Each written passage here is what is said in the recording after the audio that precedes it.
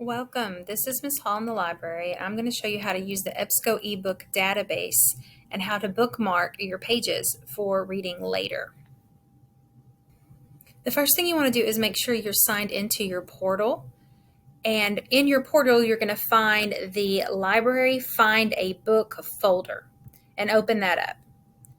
Once you're in the Library Find a Book folder, the database is under EBSCO eBooks High School.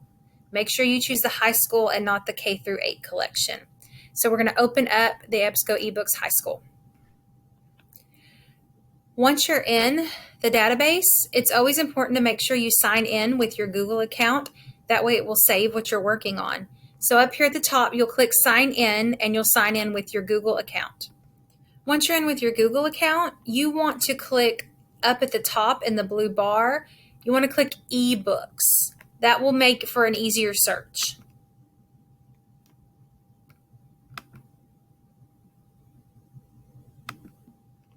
Now that you're on the actual eBooks page, you'll see that you can see the covers of certain books, and also on the left-hand side, you can browse books by their category. You can also search for books by key terms, maybe something that you're interested in, or if you already know the title, you can type it there.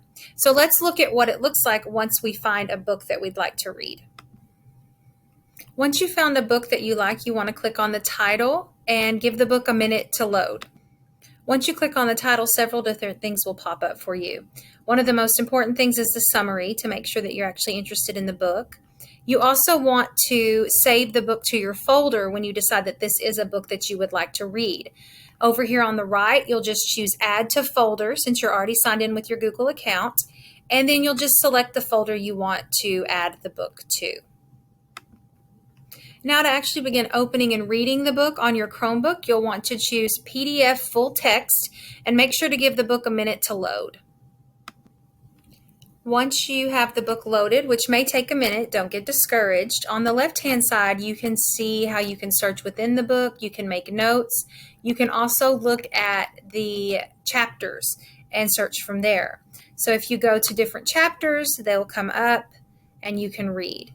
Now, when it's time to stop reading, there's a very specific way that you're going to need to bookmark where you stop. And the easiest way to do that is by selecting My Notes over here on your left-hand side. Once you're in My Notes, you just simply want to add a new note and then type whatever it is. I'll put stop here because this is where I'm stopping my reading for the day, and save. Next, I'm going to show you what this looks like when you come back a few days later and how to find your book and also find where you've stopped. When you come back and you're looking for your book and you're ready to read some more, you want to make sure that you click the Sign In button and sign in with Google. That's how you're going to be able to see anything that you've saved. Once you're signed in with Google, all you need to do is open your folder and the book that you've saved in your folder should appear. And there it is. Then you select your book and give it a minute to load.